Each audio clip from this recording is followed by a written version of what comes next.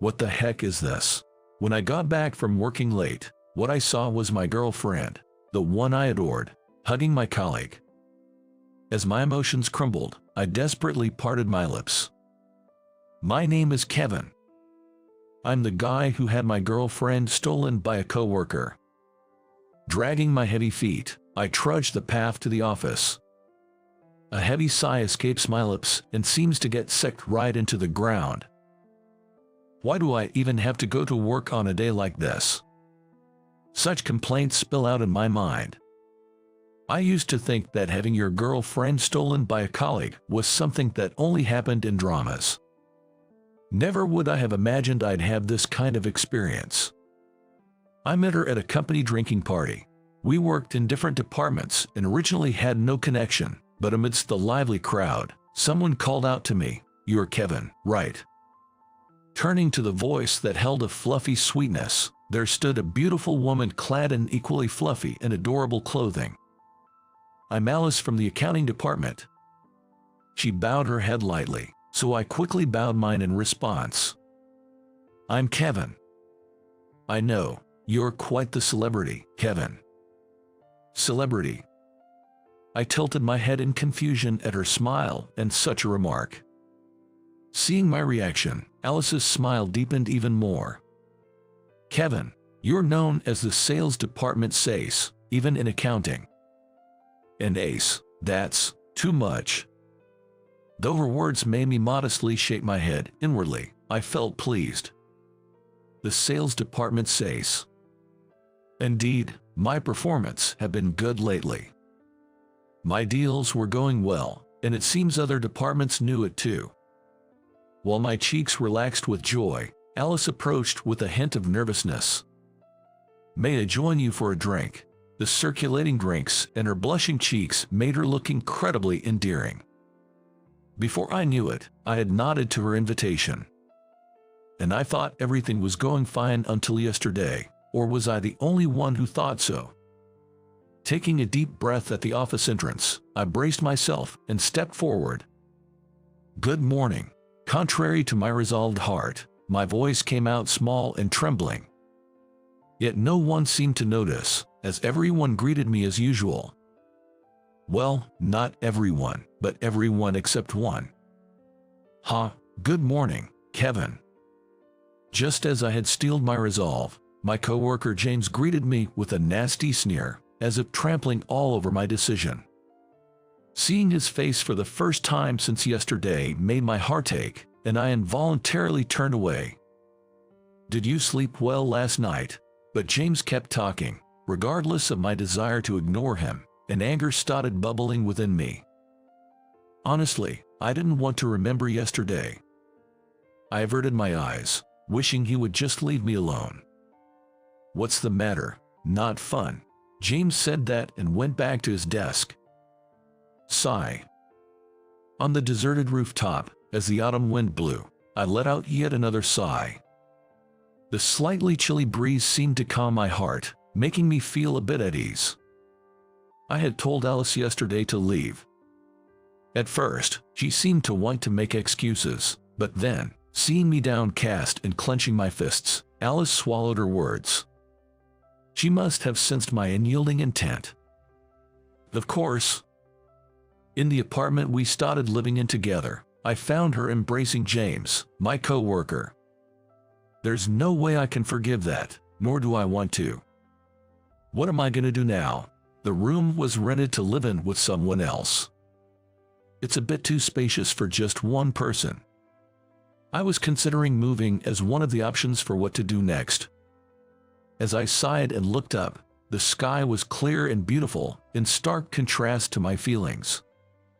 While I was about to sigh again, looking at the sky, a voice suddenly interrupted. "All those sighs, are you sure you're okay with happiness slipping away like that?" I was taken aback by the unexpected voice. "It's you, Sarah." I was surprised at the person I find when I look up.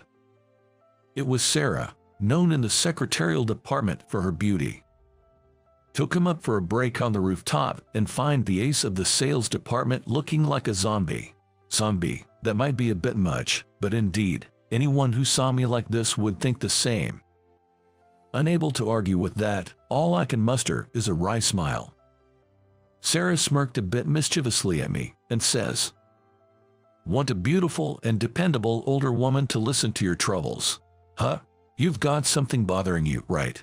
I had been sighing. After all, it should be obvious I'm troubled, yet I feel as if she can see right through to my heart. Talking about it can make you feel better. Her smile is playful, but her eyes are filled with kindness. Encouraged by Sarah's words, I started to spill my thoughts in bits and pieces. Well, it's just that, in the end, what Alice really wanted was just a boyfriend with a good title, not me for who I am, I confess. As I talk, I realized how much it had actually hurt. I'd been so focused on work and what comes next since yesterday that I hadn't given myself the chance to process my own feelings. That's why I hadn't noticed. I felt something cold on my cheek. Only when a tear dropped onto the fist I've been clenching, I realize I'm crying. After I finished talking, Sarah took a breath before speaking.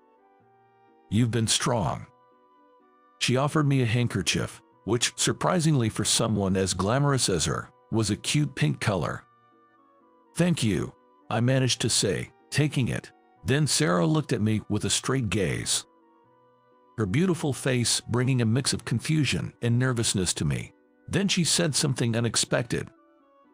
"Hey, Kevin, will you partner up with me?" The word partner brought questions to my mind. "What do you mean by that?" I asked honestly, and a playful smile appears on her face. She's beautiful, but Sarah also seems to have a childlike innocence about her. "There's a big project starting up. I want you to help me with it," she explains. Sarah's slender white fingers overlapped with mine, gripping the handkerchief. I flinched reflexively, my heart skipping a beat. But she doesn't seem to notice my reaction. Instead, there's a firmness in her touch. "What do you say?" She asked this at close quarters. "Being part of a big project will definitely improve my skills. And more than anything, I wanted to focus on work right now, to reduce the time spent on unnecessary thoughts. It might be selfish of me to approach a big project like this." As I'm battling with doubt in my head, Sarah whispers, "It's okay. Maybe if she believes in me this much, it's worth a shot." I'd be honored to. From that day on, my busy days began. In the morning, right after arriving at the office, I'd get the car out, and it was arranged that Sarah and I would make our rounds to greet clients. Of course, I was driving, relying on Sarah's navigation to get us around. Lunch was usually a light affair at a nearby cafe, which had become our regular spot. Sarah always ordered the same thing: coffee and an egg sandwich. I made sure they added sugar for you. Thanks. It was something I had come to realize after pairing up with Sarah. She had quite the sweet tooth. Sarah, looking sharp in her pantsuit, I had, albeit mistakenly, pegged her as the black coffee type. So when I first saw her putting plenty sugar and milk in her coffee, I couldn't help but blurt out, "Huh, not black." She puckered her lips slightly in annoyance and responded, "I like sweet one." Seeing her like that, I secretly thought she was actually quite adorable. Another thing I noticed was that Sarah was not a morning person. Yawn. Good morning. Her morning greetings in the parking lot were usually mixed with yawns, and while you'd think her hair was impeccably done, sometimes the back was sticking out. Getting to know the other side of this beautiful secretary was becoming a daily delight. Then we would usually return to the office in the late afternoon. As soon as we were back, we'd start on document preparation and go through meetings repeatedly, together. We pondered how to make things better, how to satisfy the users and the clients with this project. Going home always happened after the day changed, but the days were fulfilling. It spared me from needless thoughts and from seeing my colleague James or my ex-girlfriend Alice. Above all, Sarah was counting on me. Working together with her was a great joy, a motivation to keep pushing through each day. Gradually, I found myself determined to make this project a success with Sarah. Lying on bed, I clenched my fist and raised it toward the ceiling. I'm gonna make this a success, I whispered with determination, and with that, consciousness slipped away. It's finally tomorrow, huh? What's the matter, Kevin? Feeling nervous? Even I get nervous sometimes, you know. Amidst the rustle of the office in the secretarial department, just before the last train, these teasing words were directed at me, making me feel a bit embarrassed as I responded. Seeing the ace of the sales department nervous is a rare treat for me. With that, she gave me a beautiful smile that seemed to outshine any gain I could claim, making a small thud in my heart. Today, like any other, was filled with making rounds of greetings and preparing documents. After the meeting, Sarah and I were getting ready for the project presentation tomorrow. Tomorrow, we'll be presenting the content of our project to our clients. Once we get past this, it's just a matter of moving forward. We had finally made it this far. I had sworn to myself that I would make it a success, which was why I was nervous, but it seemed that Sarah was different. "Don't you get nervous, Sarah?" When I asked, she looked surprised for a moment, then flashed an easy smile. "Of course not." I thought to myself how different the beautiful ladies of the secretarial department were, but the words that followed took me by surprise and made my heart beat loudly. "I've worked so hard to get here with you, Kevin. There's nothing to be afraid of." Her clear-cut beautiful smile was so dazzling, I couldn't help but sigh. Hey, why the sigh? At times like this, Sarah's ability to see right through me felt a bit sly, but also somewhat comforting. That's why I didn't bother to answer her question and just said, "Let's hurry up and finish the prep so we can go home." "Okay, so we'll check everything again after we come in tomorrow." "All right." With preparations done, I headed for the elevator to leave the company. Thinking about the things to check tomorrow, I might come in a bit early. As I was setting the alarm on my phone, a high-pitched ding sounded, and the elevator stopped at an intermediate floor. The person standing beyond the now-open doors widened my eyes in surprise and tightened my chest. "Kevin." The voice that reached my ears was sweet. When we were together, it sounded cute. Now it was just irritating, and the mere act of her calling my name made it hard to breathe. Beyond the doors stood Alice and James. "What, you are still here? For an ace, have you fallen so low to be working overtime?" James sneered with a snide remark, stirring anger within me. But since I didn't even want to speak to him, I remained silent, staring him down. Scary. That's why I could take Alice from you." "Stop talking about that at work." I realized quickly that he was taunting me. Though no one else was around, a company is not the place to bring personal affairs. That was my firm belief when I said those words. However, the response didn't come from James, but from Alice next to him. I was lonely. "Kevin, you never paid any attention to me." So I turned to James. Alice wasn't listening to me. She rattled off personal sentiments, and I sighed out of sheer exasperation. Moreover, her words seemed to be blaming me, making me think, was Alice always this kind of person? I was just disappointed. I didn't care anymore. With that thought, I turned away and reached out to press the elevator button. I didn't want to be in the same space with them any longer. "But if I've been listening all this time, you're really good at playing the victim, aren't you?" A voice tinged with a hint of anger resonated among the three of them, and that's when I remembered Sarah's presence. I had been talking to Sarah, but I hadn't wanted her to hear such talk. That thought gave rise to a different kind of tightness in my chest. Yet Sarah continued to gaze directly at the two in front of her. "You can't even support a busy ace like him. I question your standing as a woman. Plus, you'd be better off dumping that kind of guy." Her voice was steady, with a firm core that didn't waver. All we could do was listen to Sarah's words. A man who can only show himself by belittling others is hardly worth your time. Well, if that's your unusual taste, I have nothing to say. The image of Sarah, who couldn't handle black coffee and wasn't a morning person, seemed to vanish somewhere, I thought to myself. While I was thinking about this, suddenly, Sarah wrapped her arms around me in a tight hug. Our three voices overlapped in response to the unexpected turn of events. But Sarah didn't seem to care and declared, "Kevin is already going out with me." She stated it matter-of-factly. "Wait, Sarah." Stepping out of the elevator and seeing her, there was a mischievous smile. Seeing that smile, I immediately caught on and managed to say, "Enough with the teasing, please." But I was a little irritated. Sorry for butting in so suddenly, but, watching her stylish figure walking ahead, she turned back with a slightly shy smile and said, "You know, I wouldn't mind if you really want what I mentioned earlier." Her words left me unsure if she was joking or serious. I wonder if I'll keep being tossed around by her in the future. With a sigh that was becoming all too familiar, I called out to her back walking ahead. "What if I took that seriously?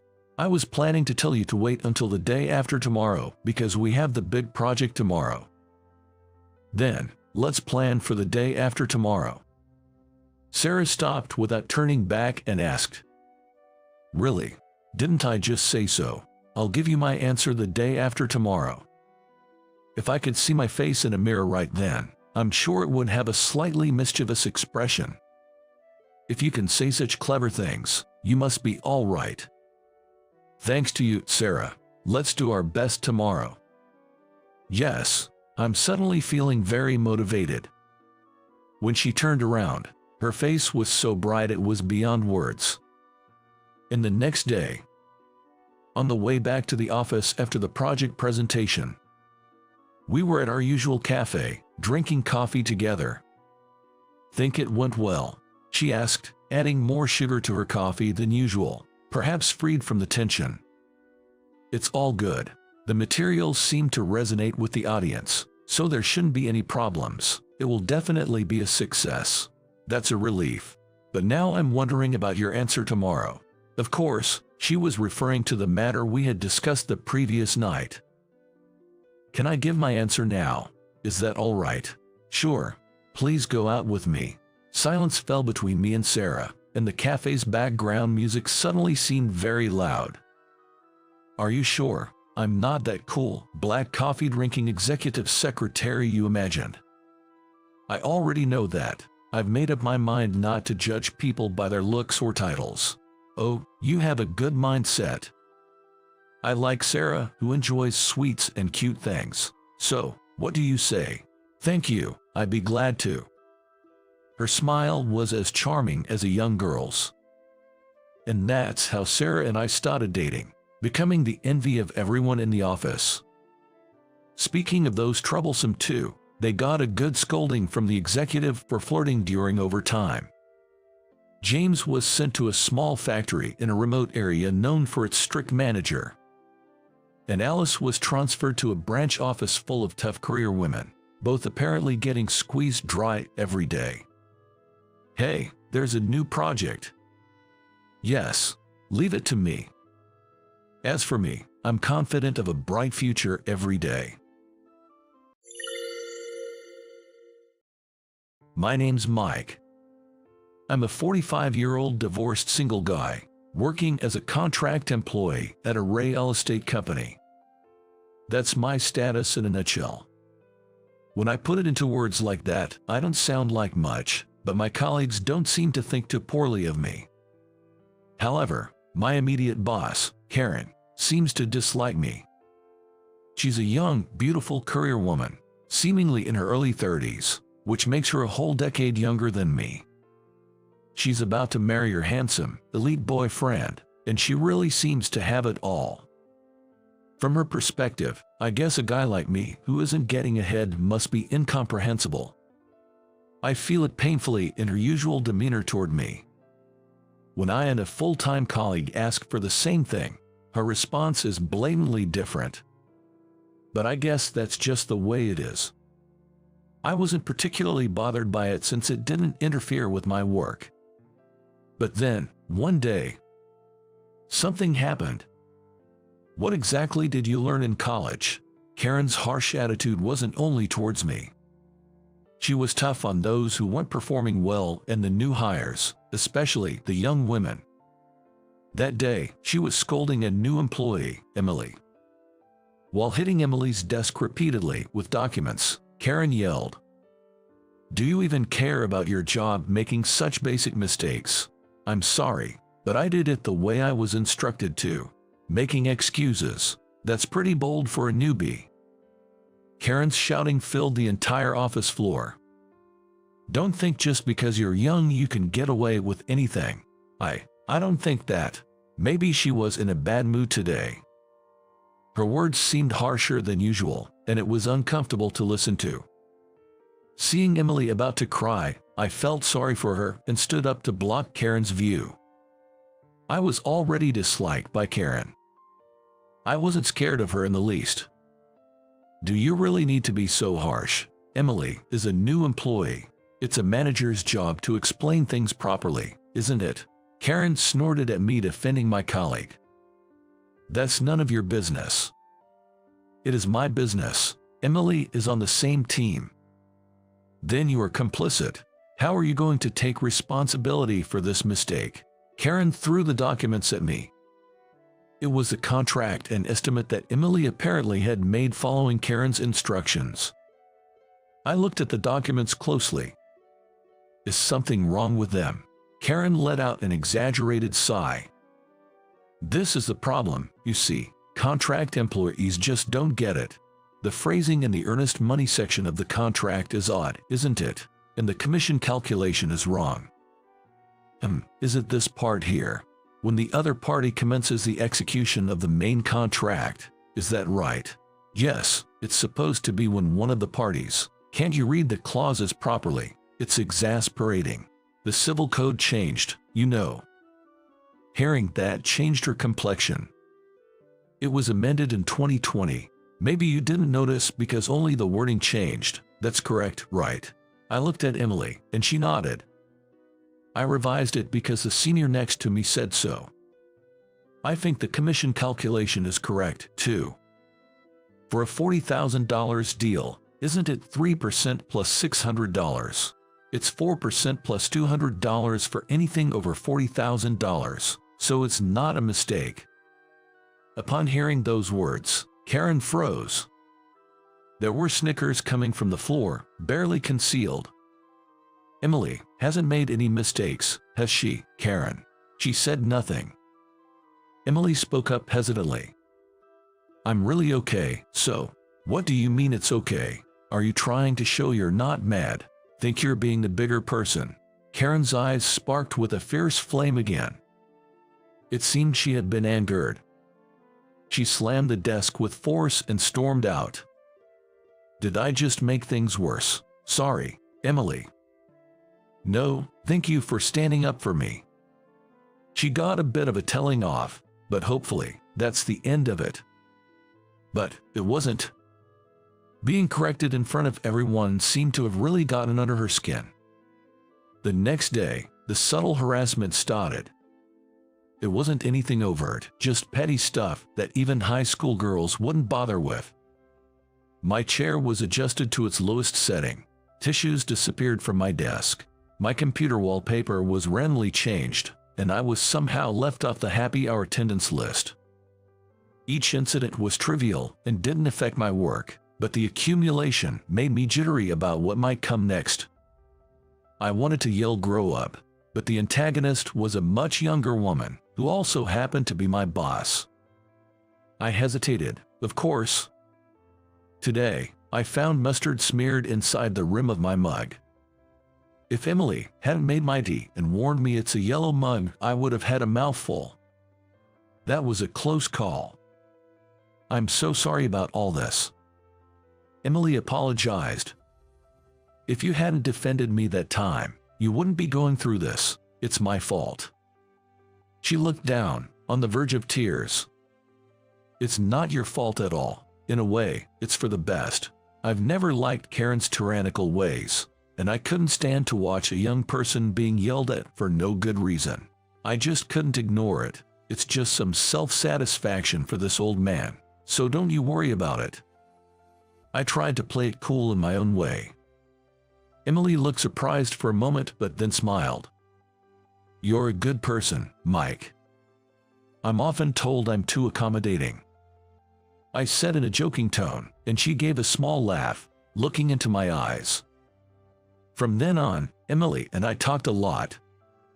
Despite the age difference, we clicked oddly well as the underdogs at work. Emily really is a good kid. Always serious about her work, with a desire to learn. She may not be as capable as Karen, but she has a charm that draws people in. It would be great if someone like her could become a leader. Every time I talked to her, that's how I felt. Meanwhile, Karen's petty harassment continued, but I got used to it and could let it roll off me. In fact, Karen seemed more frustrated with my resilience than anything. I really wished she would just get over it. One day, Karen was unusually energetic from the morning. I've got a big meeting with a client this afternoon, so I'll be out, she said with her eyes sparkling. I heard from a colleague that it was a big deal with the president coming in, and if the contract went through, it would mean big profits.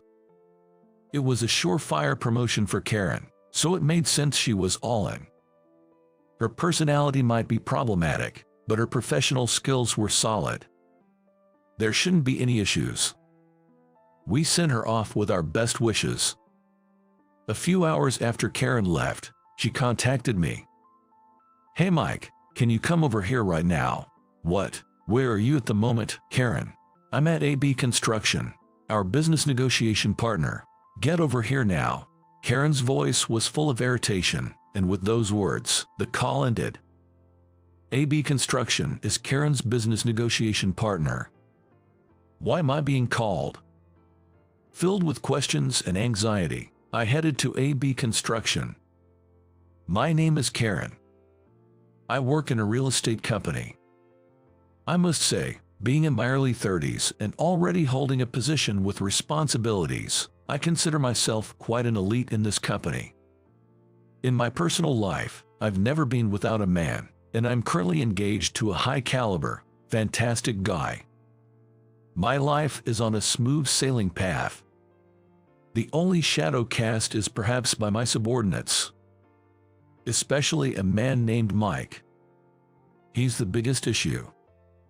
At 45, he's still a contract employee and single.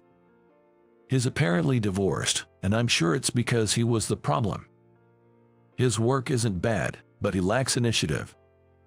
Yet, he has the nerve to give me, of all people, advice and criticism. Just the other day, while I was coaching a new employee, he had the audacity to butt in and point out my mistake. Like poking at the corner of the box. He's exactly what you'd call a nuisance. It's infuriating that such a problematic middle-aged man dares to have an opinion. Anyways, it's clear to me that he's the cancer of our department. Yet, do you have an employee named Mike? The president of AB Construction, our mega project partner, mentioned his name out of the blue. I couldn't hide my surprise. Yes, he's a contract worker, but what about him? That contract worker, Mike. The president said with a smile and a nod. He helped out a lot with a previous real estate contract. I hear from my staff, they say he's quite capable. That's why I want him on this project. I was astonished. This must be what they call a bolt from the blue. But he's just a contract worker. It doesn't matter, does it? He works the same hours, and if he's capable, his position isn't an issue. True, you're right, but I desperately racked my brain. I didn't want to hand over such a major project to someone like Mike. Besides, it's unthinkable for me, the manager, not to handle it and leave it to a mere contract worker. I tried everything to make him reconsider using Mike. I might have exaggerated a bit, but it was mostly the truth. If the president could understand that he's not the right person for this project, that would be enough.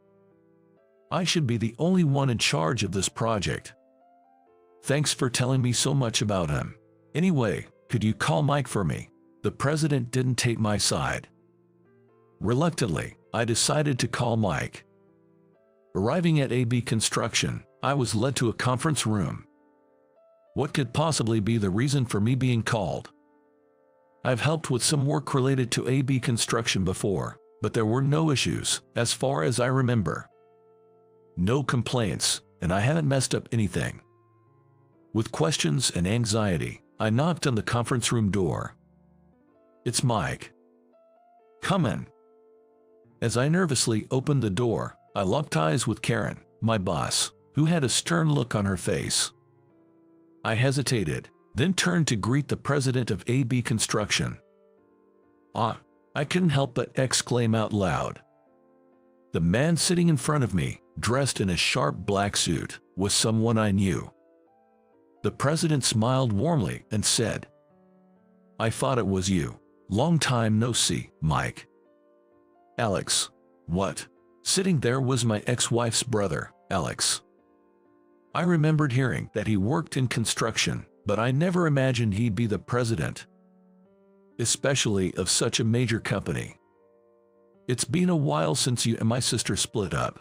I was worried you had fallen ill. I was surprised to see your name. Glad to see you're doing well. Are you completely recovered? Yes, about 2 years ago. Alex was smiling, but Karen still had a look of fear. What's this all about? Just as you heard, he's my sister's ex-husband. Wait, I don't think it's appropriate to put him in charge just because he's your former brother-in-law. No, it's a coincidence. I named him because my staff told me he was skilled. Only after did I realize it was him, and I was quite surprised myself.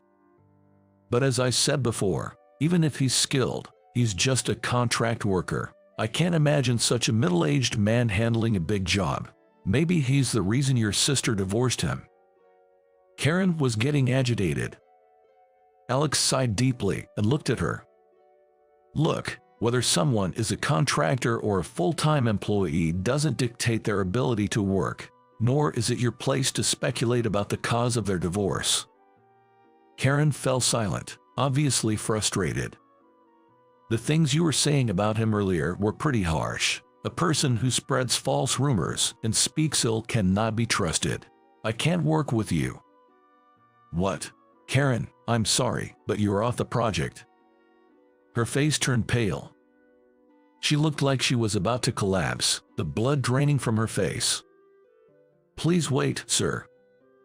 This was probably her first stumble. Karen tried to defend herself, but Alex was cold.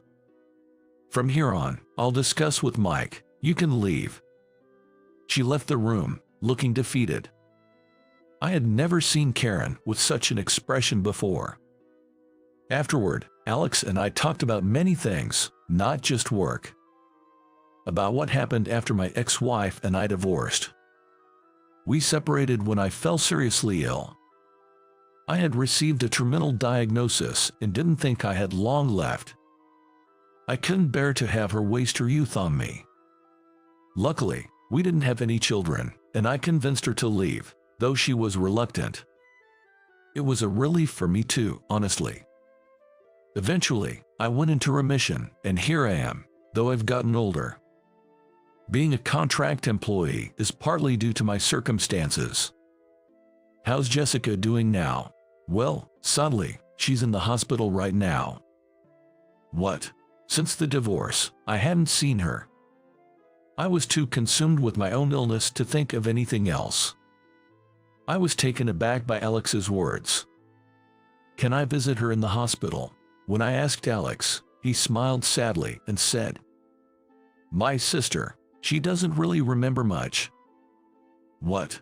Alex explained that after our divorce, my ex-wife had an accident, hit her head badly, and ended up with memory issues. She hardly remembers anyone except her parents and brother, with just a faint memory of time spent with her family. It might just be painful for you to see her. Despite his warning, I promised to visit her in the hospital the following Sunday. After wrapping up the business talk, I left AB Construction. On the train ride back to the office, I dreaded the potential backlash from Karen, but I was glad to have reconnected with my brother-in-law and to know that the acquisition of the major project was a result of my past work, unrelated to that reunion. Then, a few months later, I received the President's Award for securing the major deal and was promoted from a contract worker to a full-time employee, taking on a managerial position. My subordinate, Emily, has been excelling under my guidance and is now working vigorously. Karen, having been quite shaken by that day's events, surprisingly left the company. I heard a rumor that her fiancé broke it off and she became distrustful. People say that she's now living like a recluse at her parents' house. Oh, look at the time. I need to hurry and buy a cake for Jessica. Now, on my days off, I regularly visit the hospital. Not for my health. To see my ex-wife, who's admitted there. Of course, with her lost memory, she doesn't recognize me or recall the past when she sees my face. So now, I'm getting to know her all over again, this time as a friend. We get along well, just as we did when we were married. I've regained my health and secured a stable job. Now, I'm in a position to take care of her. Life is just beginning. I hurried to Jessica, imagining her enjoying the cake.